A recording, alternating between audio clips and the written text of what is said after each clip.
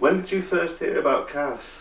When I first got out of prison, my probation officer, Sean Carroll, out in West Cumbria, told me about CASS.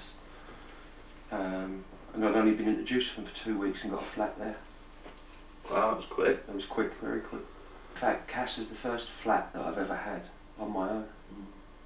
I normally sort of like with girlfriends or whatever. So it's the first time I've learned to live on my own, especially coming out after a long stretch. You know, things change. Everything changes, doesn't it? So yeah, it was good. Did you have any concerns about moving into CASS housing? Only a wee bit of concern I had was who I would be moving in with, because it was going to be a shared accommodation.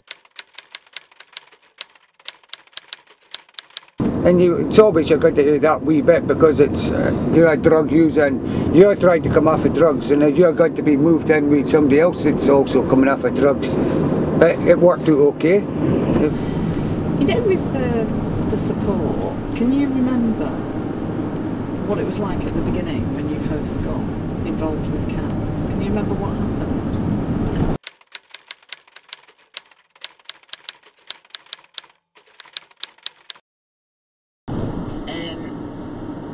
I was at Portland Dark, and I was seeing my key worker. My legs were really bad. I had nowhere to live. I was just living here, there, everywhere.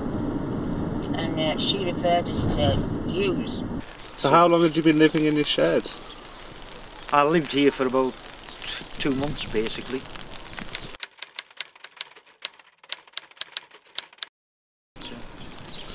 Did you know anything about CASS when you referred to them? Not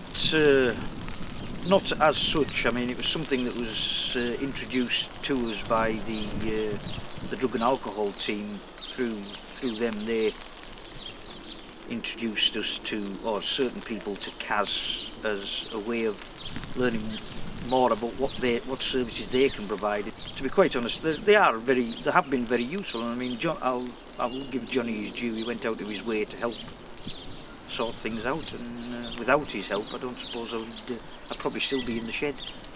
What did you know about CASS before you got housed? Can you remember the first person that you saw to do with CASS? I think the first time I ever heard about it was when I was doing a DRR at NCABS. Before then, I knew it existed, but I didn't really know what they did there. So tell us what CASS is. Well, CASS is a voluntary organisation working in North Cumbria, but it's probably more interesting to say what CASS actually does rather than describe it. So we provide a place for people to live who've got accommodation problems, who are homeless, and importantly provide them with support to try and change their lives if that's what they want to do. So the reason most people come to CASS is because another agency, particularly the probation service, where they've gone and said we've got an accommodation problem, and they are referred to us, and then we see what we can do to actually help them improve or to resolve the problem with their accommodation. So we might help with some arrears or some benefits which are causing problems with the tenancy, or we might provide somebody with a home to live for a period of time, or maybe they've got their own tenancy and we can provide a worker who visits them, say, weekly or more often if that's necessary, until they get their life sorted. That's essentially what we're about.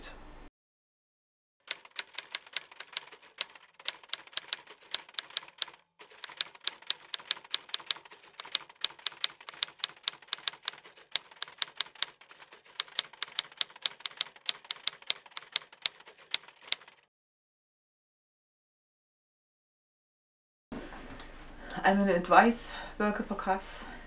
We're doing advice on housing and housing related issues, referrals coming from probation, the drug and alcohol team, or self-referrals.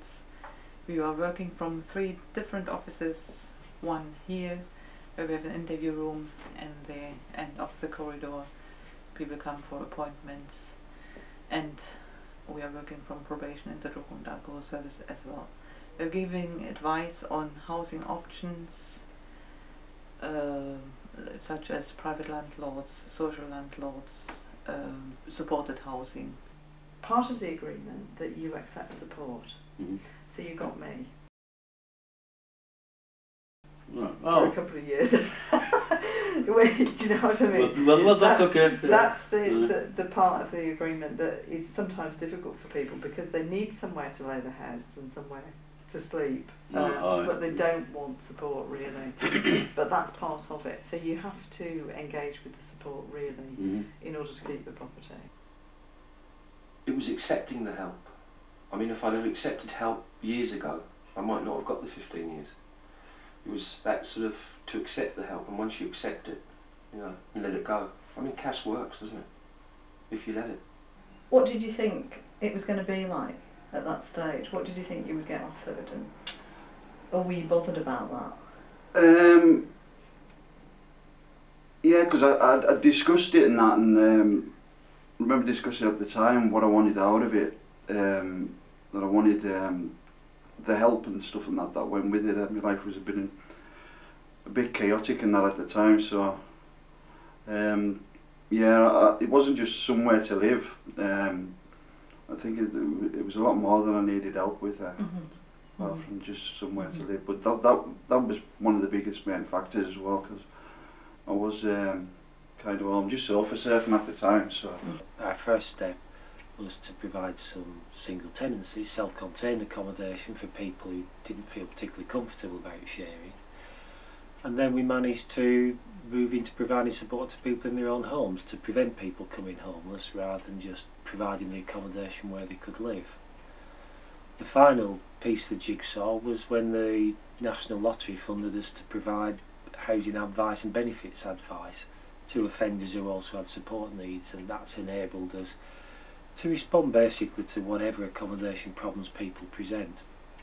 So we can provide very short-term advice, maybe 1 or 2 interviews. We can support people for up to 2 years if that's necessary. We can also house people. The licence agreements are a bit different, and it's, you know, I described the property to you as being like a bedsit. That's the sort of arrangement, because it's a shared property. And you have your own locked bedroom that you have a key to, and you have the keys to the front door, and then there are shared areas. So the living room and the kitchen and the bathroom are the shared areas. And obviously there's a yard outside as well, and all of that is what you share with the other licence holder. And in some bedsits, as you know, they're huge. It's like up to 5 people. But a lot of our properties are a lot smaller than that. But it's the same sort of arrangement. And what happens is that CASS manages the property, but the property is actually, this one is Riverside.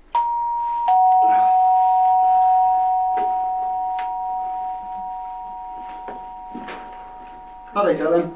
Brilliant. Hello, John. How are you? Okay. You doing okay? Yeah. It's Friday rent day. Yes, it is. Want a cup of tea? I'd love one, thank you. No problem. What have you managed to do with the support that you'd say has helped you become independent? Basically, getting in touch with getting all my debts sorted, like make sure my rent's paid and make sure I've got food in the cupboard and things like that, and got me electric and everything. Now and that I just don't get any bills. There's nobody chasing us about for money, and you know, and it's just a sort of big relief off my shoulders. That, you know, that it's turned right round for us, and it's a total difference to what it was 3-4 years ago. You know. One of the most important things about CASS is that we have got a lot of flexibility and choice about what we do, and it does mean that our workers can spend quite a lot of time with each individual person to really try and find out what matters to them and what they actually want to do. Hello, what can I do for you? Who are you here to see? And that's the great thing about being in the voluntary sector, is we can work with people in that very individualised way. And when people tell us what they want or make suggestions about what would be better, we are able to try and tackle that and to make things different. that's the real big difference and the advantage of working in a smaller voluntary organisation. That's important to me. Floating support with CASS consists of all aspects of help with housing. You might have been given a notice of seeking possession and not be quite sure how to deal with that, or it just could be setting up a new tenancy and dealing with utilities. You may find that if you're having problems with your tenancy that you get a referral to CASS for floating support. Or you could be one of our existing clients who lives in a CASS property and you've been offered your own tenancy with Riverside or another housing association, and you need help to set up your new tenancy.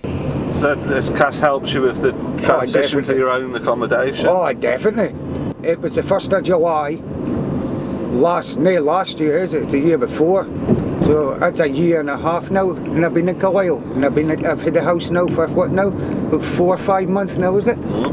I'd have been dead, I know for a fact I would have. I was living on the streets for ages, nowhere to go, my legs were just getting worse, they weren't easing up. When I went to sign for the key, it seemed as though it was a reference what was pushed it, was it? It did seem like definitely. It definitely seemed that way. I was a cert. And then when it come to getting the flat, she said to us, now you've got somewhere, I have to leave now, but I'll pass you on to someone else. And I would have had nothing in my house at all if it wasn't for CASS helping me move in. I'd have probably still been sitting with a bare house. You took us round places when I got my grant, looking, you know, what for wallpapers, me cooking, whatever. You took us to Impact, wherever I was going. But I'd still been staying in my cousins, and when they pulled me in for that medical and I'd got a knockback, I wouldn't have had a clue what to do. I mean, it was used, it showed me that woman to go for the advice and all that, so that helped. You sorted out my gas and electric because I wouldn't have had a clue. I don't either, it's always tricky, gas and electric. Yeah. There's always somebody there to go and have a good crack with you in the office. Well, if you didn't come now, I would miss you. One of the good things working in CASS is that it's always different. There's always new things happening. We're always trying to improve what we do. We get a lot of comments from other agencies. We've got some pretty good workers who've been around for quite a long time, sometimes too long, but there you go, they know what they're doing now. But it is an exciting thing to be doing. It means we can actually give something practical for a lot of people when their lives are pretty difficult, and particularly that's the case if they know where to go. It's a very basic first step for people, is somewhere stable to live to start building and changing their lives again. That to me is still the most important thing about what we do.